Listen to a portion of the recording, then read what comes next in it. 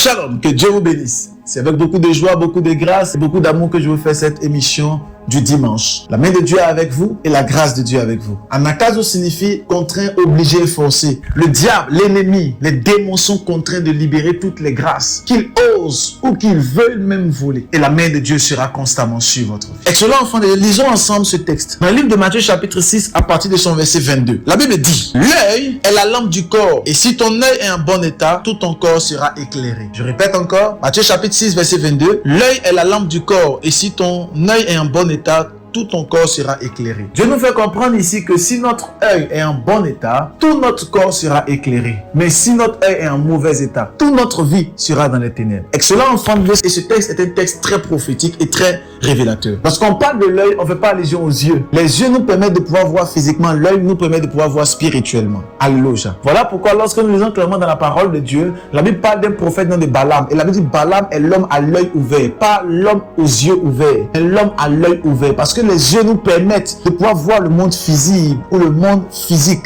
Mais l'œil nous permet de pouvoir voir dans le monde de l'esprit. Ça veut dire que l'œil est la lampe du corps. En d'autres termes, l'œil spirituel nous permet de voir dans le monde de l'esprit. L'œil spirituel nous permet de pouvoir capter les choses qui arriveront dans la suite des temps. L'œil spirituel nous permet de pouvoir voir les dimensions et les situations, de pouvoir connaître les mystères de la parole de Dieu, les mystères de Dieu. L'œil nous permet de pouvoir voir les événements qui vont arriver dans la suite des temps et de pouvoir capter les situations et les signaux qui arrivent vers nous. Amen. L'œil nous permet de pouvoir être éclairé. Et la Bible dit, si ton œil est en mauvais état, tout ton corps sera dans les ténèbres. Mais si ton œil est en bon état, tu seras dans la lumière. Ton corps sera dans la lumière. Alors la question que j'aimerais te poser, ton œil est en quel état? Lorsqu'on parle de la bataille du nomijo, on fait aussi à la dimension de ton œil. Parce que ton œil est l'élément qui permet de pouvoir recevoir, percevoir, capter et connaître. Alors si ton œil est en mauvais état, tu ne pourras pas capter la pensée de Dieu. Beaucoup de personnes ont un œil, mais leur œil est en mauvais état, en piteux état. Leur œil est presque mort et sombre et dans les ténèbres. Ce qui fait en sorte que tous les corps sont dans les ténèbres. Vous pouvez continuer à lire Matthieu chapitre 6, même le verset 23. Vous allez vous rendre compte que beaucoup de personnes sont dans les ténèbres parce que simplement leur œil est en mauvais état.